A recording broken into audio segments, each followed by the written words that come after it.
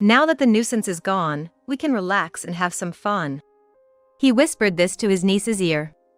The nuisance he referred to was his daughter. I had to leave home suddenly for a business trip. I was anxious about being away from my daughter for several days, but John reassured me and saw me off, saying to go in peace. My daughter and John often spent time together, so I had no worries leaving her in his care. However, lately, there was something odd about my daughter's behavior. In hindsight, I should have delved deeper into these feelings at the time. "Mommy! Don't go to work!" My daughter clung to my leg, unwilling to let go, and I failed to notice her desperate SOS. I'm a failure as a mother. Little did I know that John would lock my daughter in the storage room and go on a trip with his niece. I will never be able to forgive John for doing something irreversible to my daughter and niece. My name is Sherry. I married John the same year as I got pregnant, the baby who's now my 5-year-old daughter, Samantha. Our meeting was through a common friend introduction, quite ordinary.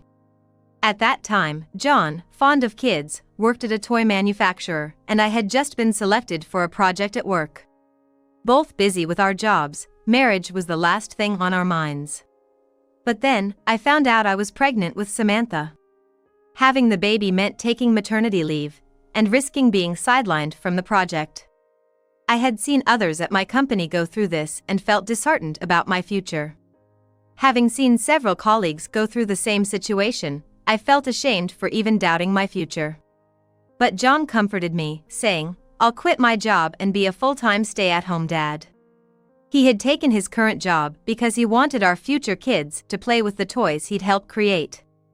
John had already been involved in the development of several products, some of which were already on the market. "I want you to fulfill my dream. Let's get married, Sherry." His words made me decide to have our daughter.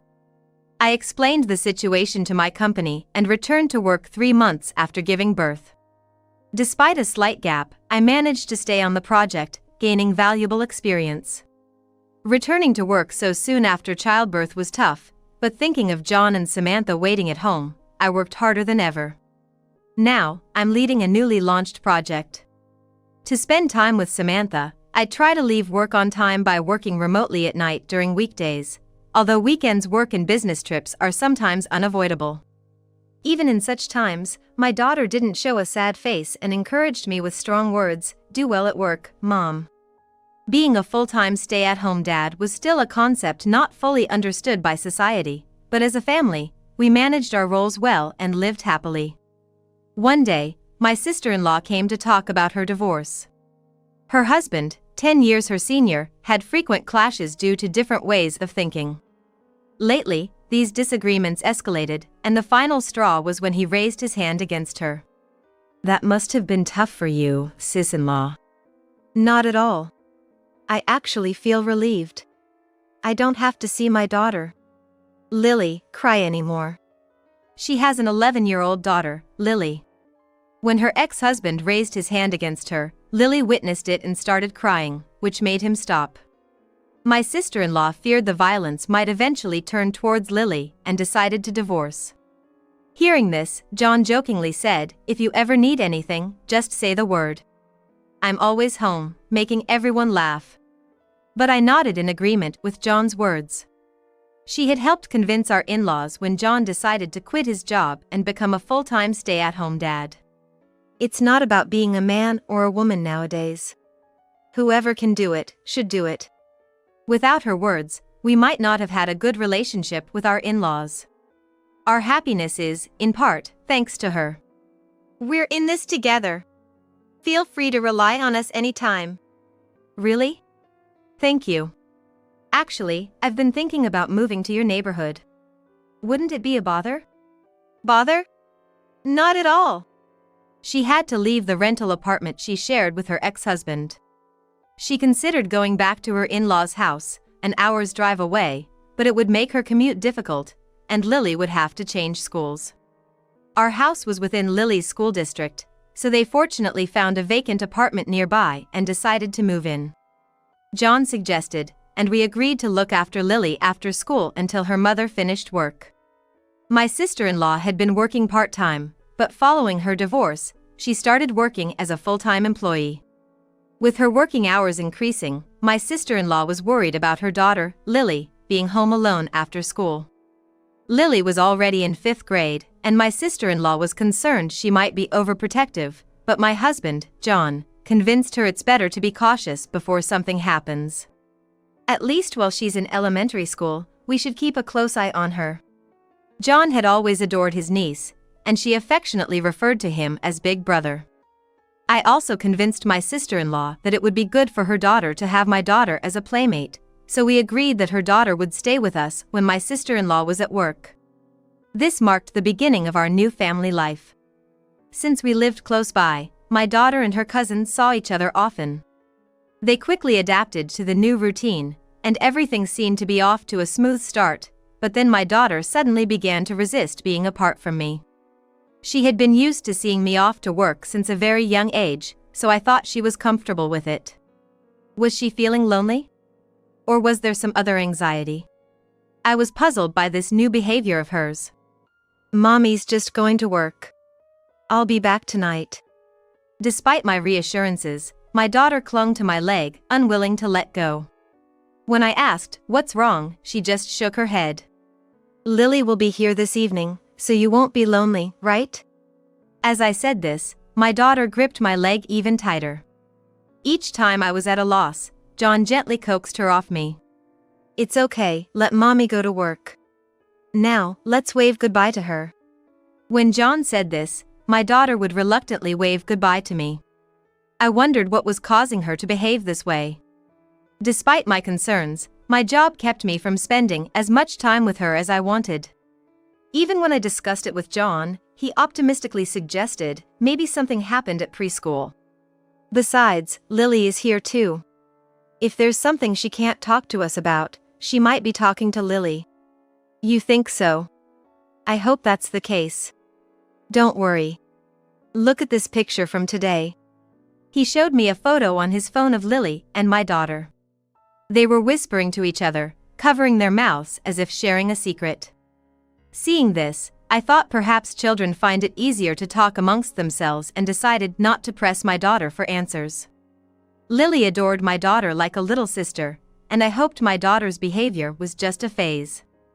I was nearing a point where my work would settle down, so I planned to take some leave and spend time with my daughter soon. I told myself that. Shortly thereafter, a business trip came in suddenly and I had to be away from home for 5 days. Despite my concerns about my daughter, John's words, "Don't worry, go ahead," encouraged me, and I packed my bags and left 2 days later. Lily was visiting at the time, and I left the house with John, my daughter, and Lily seeing me off. I remember John and Lily smiling broadly. But I wondered about my daughter. And I had no idea at the time that something like that would happen. By the time I boarded Amtrak, things were unfolding at home that I had not expected. John had started preparing to leave. Seeing this, Lily asked anxiously, "Isn't Samantha coming with us?" "Samantha is going to join her mom on the business trip. As soon as her mom comes back from the office, they'll head out together." I see.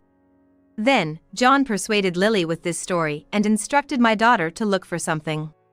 "Samantha, there's something important of mom's in the storage. Can you find it for her before she gets back?" Samantha believed him and headed to the storage room, looking for a non-existent small round piece of jewelry. Once Samantha was inside, John closed the door from the outside. Unaware of this, my daughter did not notice the door being shut. John muttered to himself, "The nuisance is gone. Now we can relax." He then took Lily's hand, who still looked uneasy, and they left for their trip. And 4 days later, John returned from the trip in a great mood. Casually chatting to a downcast Lily, "The trip was so much fun, wasn't it?" Right before opening the front door, John's eyes caught the storage shed in the corner of the yard, and he turned pale. It was then he remembered he had left his daughter behind. She must have come out by now. I didn't lock it, after all. Lily, overhearing this, exclaimed in shock, "You left Samantha in there," and ran towards the shed. Ignoring John's attempts to stop her, Lily called out my daughter's name as she approached the shed. What they saw next was an unidentifiable liquid seeping out from under the shed's door. What is this? No way! Lily tried to open the shed door in a panic, but John stopped her. Stop! Don't look, Lily! What do you mean don't look? Is Samantha in there? My niece turned pale and blamed her husband. Why did you leave her there? You said Samantha was going with Sherry on her business trip. Lily's cries of anguish echoed around us. John, while being blamed by Lily, trembled, saying, "What have I done?" It was then that I finally spoke up from behind him. Where have you been? My voice was so cold it sent chills down my own spine. I never knew I could feel anger intense enough to produce such a tone. My daughter standing next to me felt the same way. Despite her youth, my daughter Samantha looked at her father with eyes full of accusations. John, hesitantly turning around, was frozen in shock upon seeing me and Samantha. Sherry! Samantha! Contrary to his astonishment, Lily, upon seeing Samantha, burst into tears and hugged her. Thank goodness, Samantha! You're safe! Hugged by Lily, Samantha shifted her gaze away from John and hugged Lily back, as if confirming her safety. I wondered how much these children had been affected by John's actions. I stood protectively in front of my daughter Samantha and niece Lily. Yet, John feigned concern. "I'm glad you're safe," he muttered towards Samantha. "Glad she's safe? After you left her behind, what are you saying now?" "Samantha said she wanted to be with you." "And why are you here, Sherry? Weren't you on a business trip? You were supposed to return tomorrow." "Oh. So you thought you'd be back before I got home? Could it be that you often leave Samantha like this when I'm away?" John fell silent at my words. His silence was more affirming than anything else. "I've already heard the story from Samantha. I'll be hearing it from Lily as well." Turning to Lily, who was still embracing Samantha, she met my gaze firmly and nodded as if she had made a decision. The fact that I was able to rescue my daughter Samantha was a stroke of sheer luck. The thought of what could have happened if my business trip dates hadn't changed sends shivers down my spine. On the day I was supposed to leave, I indeed boarded the Amtrak. However, I received a sudden notification that the trip was cancelled, so I got off the train mid-journey and returned home. Since the trip was called off, I could return home directly, arriving earlier than my usual time. Finally, I would have a chance to talk with Samantha. I took a taxi from the station, rushing home. As I got out of the taxi and approached the front door, I heard a voice calling, "Mommy." Thinking Samantha had seen me and was running towards me, I turned towards the voice, only to be shocked. Samantha's voice was coming from inside the storage shed. "Samantha!" In a panic, I opened the shed door to find my daughter there, drenched in sweat and sobbing uncontrollably. At her feet lay the burst remnants of a water-filled bouncy ball I had given her. This toy was developed by John when he was still working at the toy manufacturer. I had given it to Samantha hoping to cheer her up when she first started showing signs of distress. Apparently, she panicked when she realized the door was shut, either throwing or stepping on the ball, causing it to burst. The liquid seeping out of the shed was from this ruptured bouncy ball. The floor was also scattered with Samantha's old clothes. "What happened? Why are you in here?" I hugged my crying daughter and asked her. What she told me then ignited a fury in me, the likes of which I had never felt before in my life. "Samantha said you asked her to look for my jewelry. She's deeply shocked, both from being left behind and being locked in." "Locked in? The door wasn't locked. I thought she would come out on her own." Being suddenly shut in is frightening even for adults. It's not surprising she panicked and couldn't open it. And I've heard about the usual situation. Now I finally understand why Samantha started acting out. My husband would have noticed the cause anyway. After all, he was the cause of it. After we started looking after Lily, John began to favor her, neglecting Samantha. My daughter felt increasingly lonely as John paid attention only to Lily. But Samantha, caring for me and my busy schedule, could only express her feelings in such a way. It seems she also knew Lily was troubled by John's behavior. The photo of them whispering might have been taken while they were discussing this. Samantha really wanted to talk to me about Lily and hoped I could help in some way. However, Samantha didn't have the right words to accurately convey this, unsure of how to express it to me. Samantha's words to me were hesitant, yet she cared deeply for Lily. Despite feeling lonely herself, what a kind-hearted child she is. After hearing from Samantha, I immediately called John. But he didn't answer, no matter how many times I called. Usually, he would call back right away, and it was unusual for him not to answer. Something was wrong. Believing this, I reached out to my sister-in-law. During this conversation, I learned a shocking fact.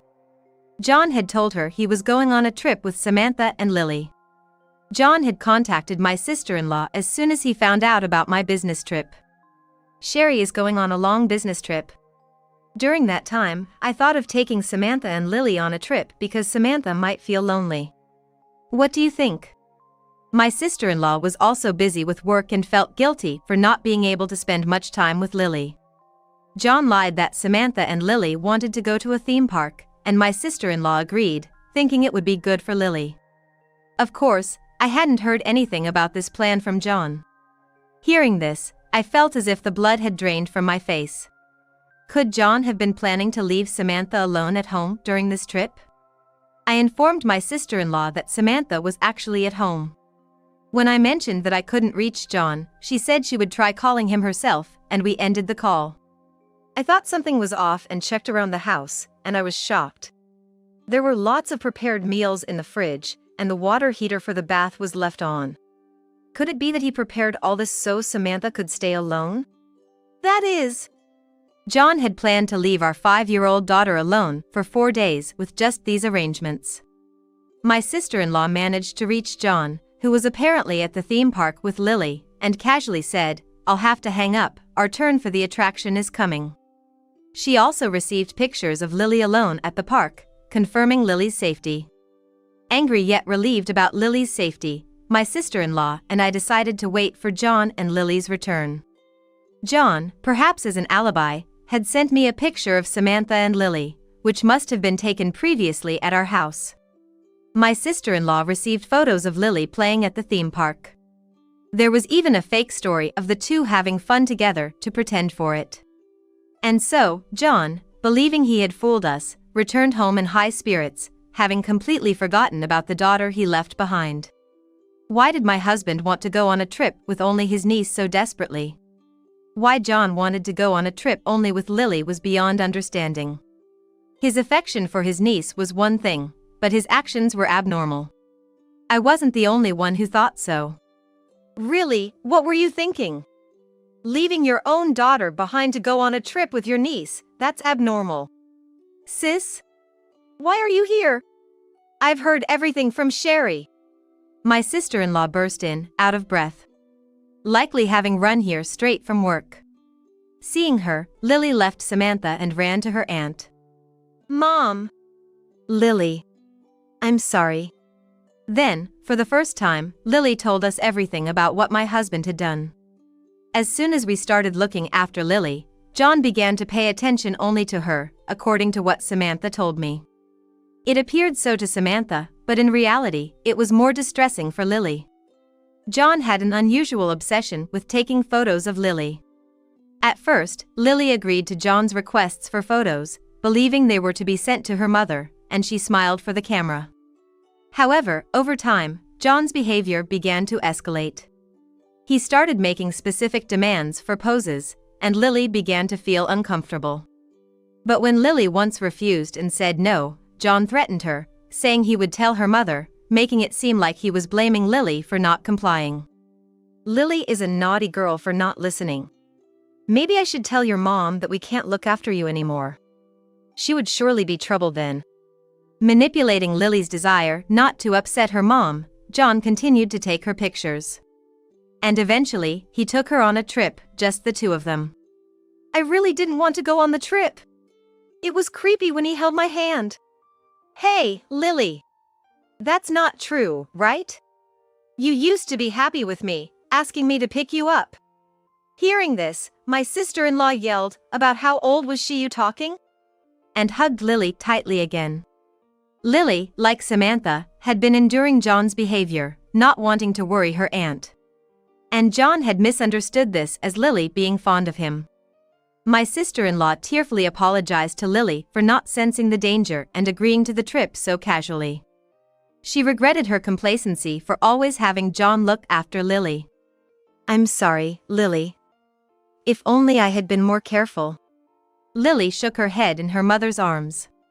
Said in a trembling voice that she never wanted to see John again. John began to panic pathetically at this. "Don't say that, Lily. I just wanted to show you affection. Stay away from Lily from now on." But then my sister-in-law demanded he delete the photos and snatched his phone from him in his panicked state. However, upon seeing the photo folder, she was lost for words. There was an abnormal amount of photos of Lily saved. Lily's expressions in the photos seemed like forced smiles, but it was clear she was frightened. In retrospect, all the photos John sent never had Lily looking directly at the camera. John must have noticed the change in Lily's expressions too. That's why John only sent photos where Lily's expressions weren't clear. Yet, he let his desires run wild and took Lily away. Disgusting. I felt nauseated by John's abnormal behavior. My sister-in-law, holding the phone tightly, seemed frozen in place. We both shielded our daughters behind us, confronting John. There was no way I could forgive him for leaving Samantha behind, and I didn't want him near our daughters ever again. All feelings of affection had vanished in an instant. "It's not like that, listen to me. I love Lily, and of course, I love Samantha too." John continued to make excuses, only further frightening Samantha and Lily. I presented him with the divorce papers I had prepared during his trip, gathered our belongings, took Samantha, and left the house. I couldn't bear to share the same air with him for another moment. My sister-in-law and Lily followed us out. All that followed was my husband's sad screams. Afterward, I took my sister-in-law and Lily to their parents' house and informed them about John's behavior. When I mentioned leaving him with the divorce papers, my in-laws promised to handle everything from there. They assured us they would prevent John from approaching us again. Lily finally seemed to find some peace upon hearing their words. My sister-in-law and Lily decided to stay with my in-laws for the time being, planning to sort out work and school later, though it likely meant Lily would have to change schools. We couldn't discount the possibility of John lurking around her school route. Samantha and I decided to return to my parents' home too. During John's trip, I had been managing work, household chores, and childcare alone. Thankfully, Samantha was a resilient child, and I felt confident that we could manage well on our own. Living without John, just the two of us, seemed entirely feasible. Those hellish 4 days indeed contributed to my newfound confidence. For a while, we'll live at my parents' house, grateful for their kindness, but I plan to move closer to my workplace before Samantha starts elementary school. We started our new lives, but John was still stuck in the past. Thanks to my in-laws, I was able to finalize the divorce from John without ever having to see him, but he continued to call afterward and even showed up at my parents' house. Despite being cut off by my in-laws from any contact with me, my daughter, and the residents of his parents' home, John pathetically tried to seek reconciliation. "I can't imagine a life without Sherry and Samantha." His words only instilled fear in me. I asked my parents to contact the police, who came and took away John, who was screaming at our doorstep. He was served a restraining order by the police and finally seemed to understand he was alone. All this destruction was his doing, and it was too late for regrets. I wondered how John, having been a stay-at-home dad, planned to live since then. But that was no longer my concern. Samantha had been down for a while after the incident, but she's finally starting to smile again. Though divorced from John, we still keep in touch with my sister-in-law and Lily, and their smiles are returning too. To overwrite the traumatic memories of the theme park with Lily, we're planning a trip there, just the 4 of us. I'm looking forward to creating many happy memories for Samantha and Lily.